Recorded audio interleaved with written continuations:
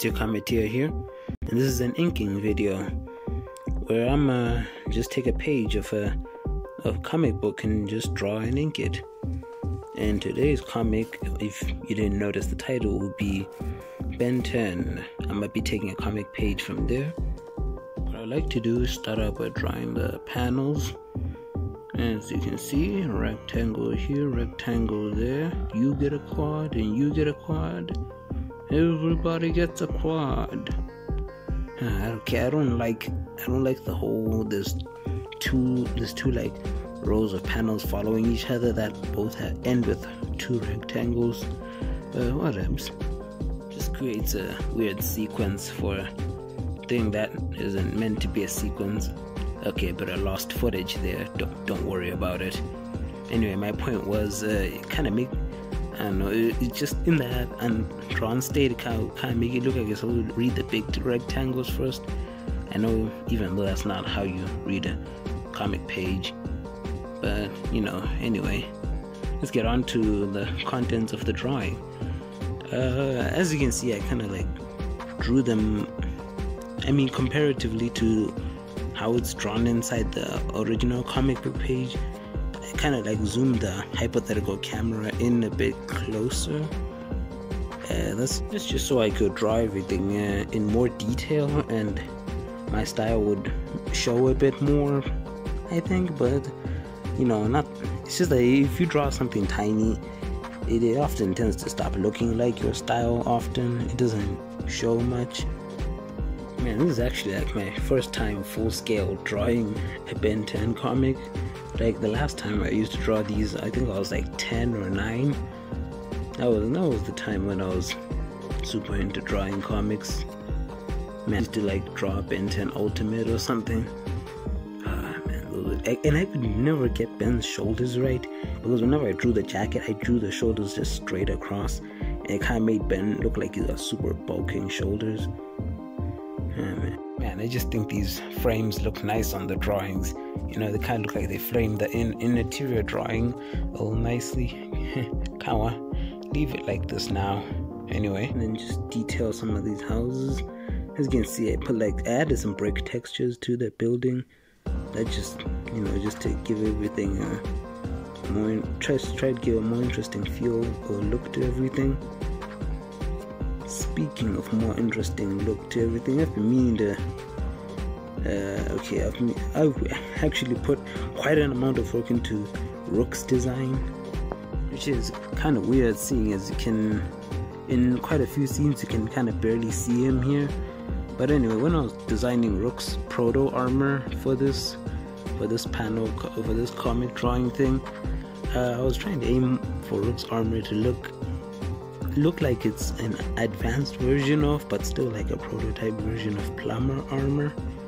So I tried to add like some circles, the circles that Plumber armor tends to have on it, like on the shoulder pads and the front there, just so that it looks very much like, very visibly clear as Plumber armor, but a more advanced version. And like said before, proto tool. So I mean prototype. And as for Rook, the Rook himself's design, I went for more of like, I actually looked to, seeing as that movie has come out recently, time of recording, Navi's from the Avatar movies. And I even went as far as like giving Rook like the same braid, and I just thought I would give Rook kind of a tribal look to him. And as for this little ghost dude here, I was just gonna go for a classic bedsheet Halloween ghost look with the rope on it, but then I decided to go for more of a banshee or haunted La Llorona type ghost look, and I'm very happy with it. Made the shadows look like the shadow monster antagonist, that is, look like they're this disconnected entity from the wall, as if they're on it but not on it at the same time. I kind of liked it. Man, but Blitzwolfer, I just could not get his nose right. And as for Ben Victor, or Frankenstrike, is it? Ink Tank, tell me.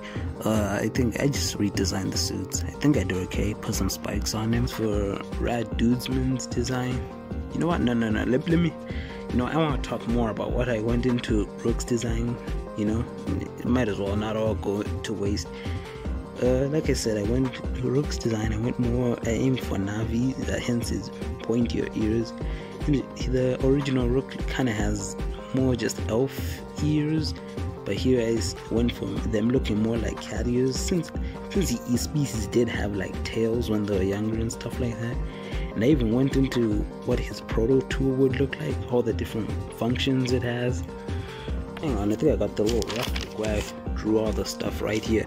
Right, so this would be like the base design for the proto tool, and then it would shoot more pulse blast type projectiles.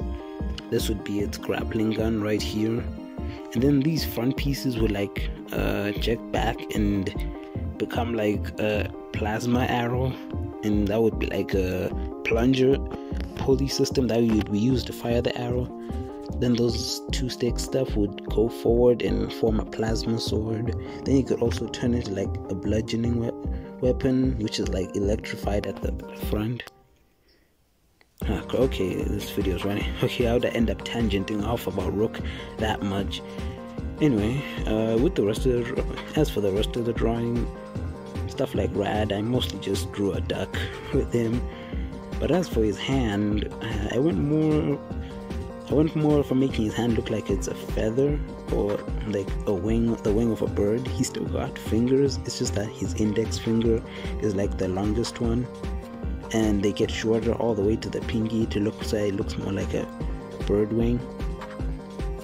And Blitzwolfer's nose, people, I just can't. He looks like a rodent in that first panel he's in. Oh my god, people, I could not for the life of me tell you what this object is. What is this? A hand? A plant? What is it? I cannot tell. Please tell me in the comments. And with that...